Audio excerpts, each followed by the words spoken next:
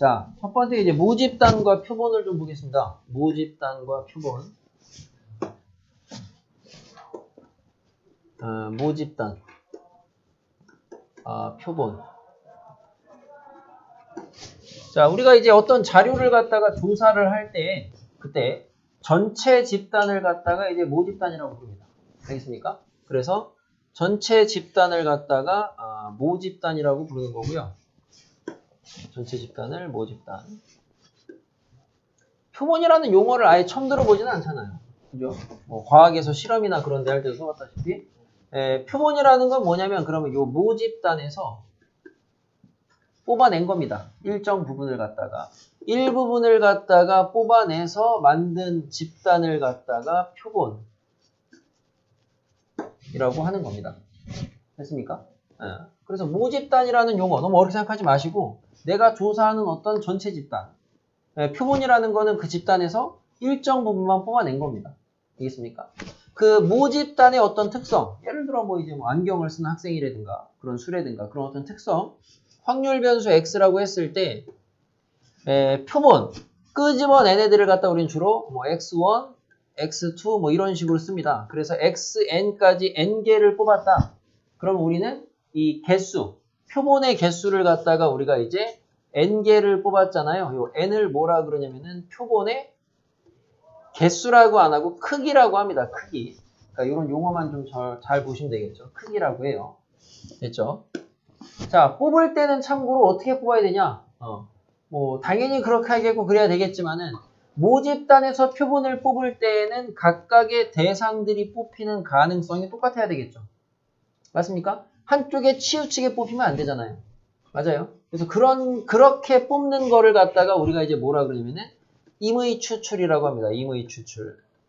임의는 여러분 이제 랜덤 이야기하는 게 랜덤. 그래서 임의 추출할 때 뭐 쓰는 게 참고로 교재상에서 한번 읽어볼 거리로 보시면 좋은 게 이제 뭐 난수 주사위라든가 난수표 이런 게 있습니다. 여기서 말하는 난수가 이제 랜덤수 이야기하는 겁니다.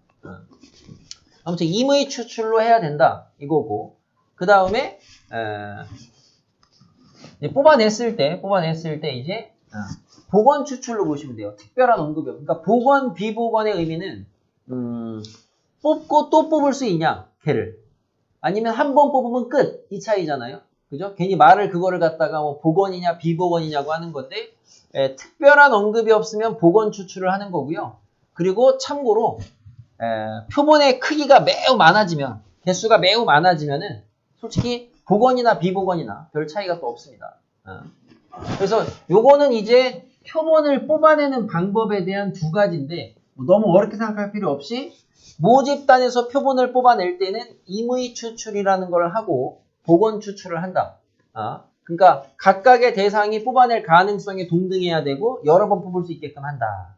이 정도로 생각을 하시면 되겠습니다. 여기까지는 별 내용 없습니다. 자, 그때 우리가 이제 모집단에서의 어떤 특성을 갖다가 내가 확률 변수 x라고 할 때요. 이놈의 평균,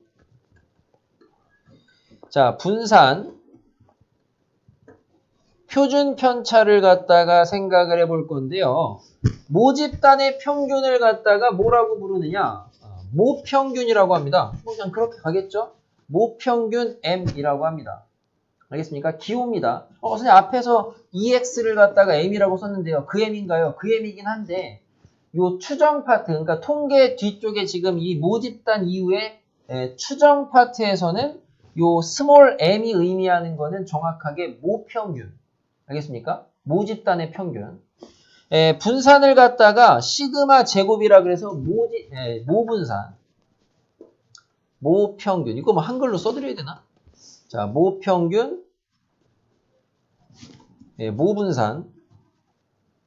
그럼 얘는 시그마라 그래서 얘는 표준 편차. 이렇게 되겠습니다. 부른다 이거예요. 모집단의 특성을. 자, 그러면은 표본에서 이 표본의 집단에서의 각각의 평균, 분산, 표준 편차는 어떻게 되냐 이건데요. 표본에서의 평균을 갖다가 표본 평균이라고 부르고요. 표본 평균. 기호로는 어떻게 쓰냐면은 라지 X 위에다가 바를 이렇게 합니다. 라지 X 바. 알겠습니까? 읽을 때는 표본 평균입니다. 알겠어요? 표본 평균. 여기다 기우니까 익히셔야 돼. 자, 그 다음에 분산에 대한 거는 뭐라고 하면 되겠어요? 당연히 표본 분산 표본이 아니고 표본 분산이라고 하겠죠. 표본 분산. 자, 어떻게 하냐면 S제곱이라 그래요. S제곱. 그 다음에 얘는 표본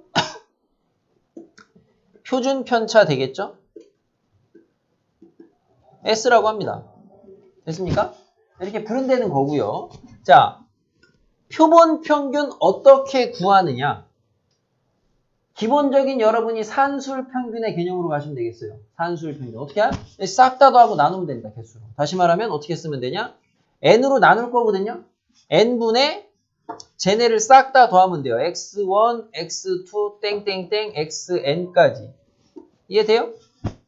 당연한 거죠. 얘를 시그마 처리하시면 n분의 1에 시그마 i는 1에서 n까지 xi 뭐 이렇게 쓰면 되는 거고 의미는 싹 다 더해서 나눈다. 얘고요.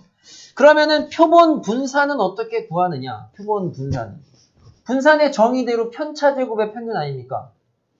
편차 제곱의 평균이니까 역시나 우선은 편차 제곱의 합을 구해요. 시그마 i는 1에서 n까지 편차 제곱. 편차 제곱이라는 거는 편차는 뭐예요? 변수 빼기 평균이 편차거든요. 맞습니까? 그래서 결국에는 여기 xi 값에서 평균 x 바 값을 뺀 거를 갖다가 제곱하면 이게 편차 제곱이라고요. 이놈의 평균이니까 얘를 어떻게 하면 돼요? n분의 1로 나누면 되겠잖아요. 근데 너무 지금 큰 의미를 부여하지 마세요. n으로 안 나누고 n-1로 나눕니다. 왜 이렇게 나누는지에 대한 거는 엄밀한 증명을 고등과정에서는 안 해요. 그냥 이 정도로 가볍게 생각하시면 돼요. 뭐냐면 뒤에 가서 다시 이야기하겠지만 뒤에 가서 이 표본 분산을 마치 모분산의 대체로 쓰게 되거든요. 대신 다시 말하면 얘랑 얘가 거의 같아야 되거든요. 오차가 작아야 돼요. 근데 오차가 작으려면 얘를 n으로 나누는 것보다 n-1로 나눴을 때가 오차가 작습니다. 그래서 n-1로 나눈다. 이 정도만 알고 있어도 일반적인 문제 푸시는 데는 전혀 지장이 없습니다. 알겠죠? 자세한 이야기는 다음에 한번 또 더 해드리겠고 얘는 엿다로 트시면 됩니다. 얘는 여기다가 그러니까 알겠죠? 일반고에서는 이거를 물어보는 문제는 거의 안 나옵니다. 주로 이 값을 구해야 되는 거. 그러니까 자사고나 특목고도 얘가 왜 나옵니까? 왜 n-로 나옵니까를 물어보진 절대 안 와요. 대신 얘를 구하는 문제를 낸 적이 있었어요. 자사고 쪽에서는. 일반고에서는 얘를 구하는 건 안 내거든. 왜냐면 일반고에서는 이거에 대한 언급 자체도 잘 안 해. 그냥 이게 그냥 지나가던가 넘어가는데 예전에 삼성고에 제가 낸 적이 있습니다. 구하는 걸로. n-로 나눠야 되는 걸로. 그래서 여기까지 우선 여기에 근데 많은 에너지를 투자하지 마세요. 알겠습니까? 이렇게 가겠고요. 그래서 기본적으로 모집단하고 표본에서의 평균과 분산과 표준 편차. 그래서 모집단에서는 모평균, 모분산, 모표준 편차가 있겠고 표본에서는 표본 평균, 표본 분산, 표본 표준 편차가 있다라는 것까지. 그리고 여러분이 굳이 어떻게 구해야 되는지를 아셔야 되는 건 얘보다는 일반적으로는. 자, 우리는 본격적으로 이 단원에서 다루는 거는 그럼 뭐냐? 얘에 대한 관찰입니다. 뭐냐면은 이놈. 요 표본 평균의 분포를 다시 다룹니다. 다시 말하면 표본 평균의 평균을 다루고요. 표본 평균의 분산을 다루고요. 표본 평균의 표준 편차를 다시 다룹니다. 이거에 대한 걸 다시 또 평균을 내고 분산을 내고 이렇게 한다고요. 이거를 다룬다고 우리는 이 단원에서. 근데 결과적으로 요거는 증명은 다음번에 다시 해드리겠지만은 얘는 모평균하고 같습니다. 얘는 모분산을 갖다가 표본의 크기로 나누시면 됩니다. 그럼 얘는 루트 n분의 시그마가 되겠고요. 마치 여러분이 이항분포에서 이항분포 np를 따를 때 평균, 분산, 표준 편차 증명도 증명이지만 암기를 해야 되듯이 np, npq를 마찬가지로 x바의 평균, x바의 이거 분산 이런 거는 결과적으로 모집단과에서 누가 오는지를 갖다가 잘 기억하셔야 되는데 솔직히 한글로도 많이 헷갈려요. 그죠? 얘 한글로 읽으면 뭐라고요? 표본 평균의 분산이에요. 얘는 뭐예요? 표본 평균이고요. 얘는 뭐예요? 표본 분산이고요.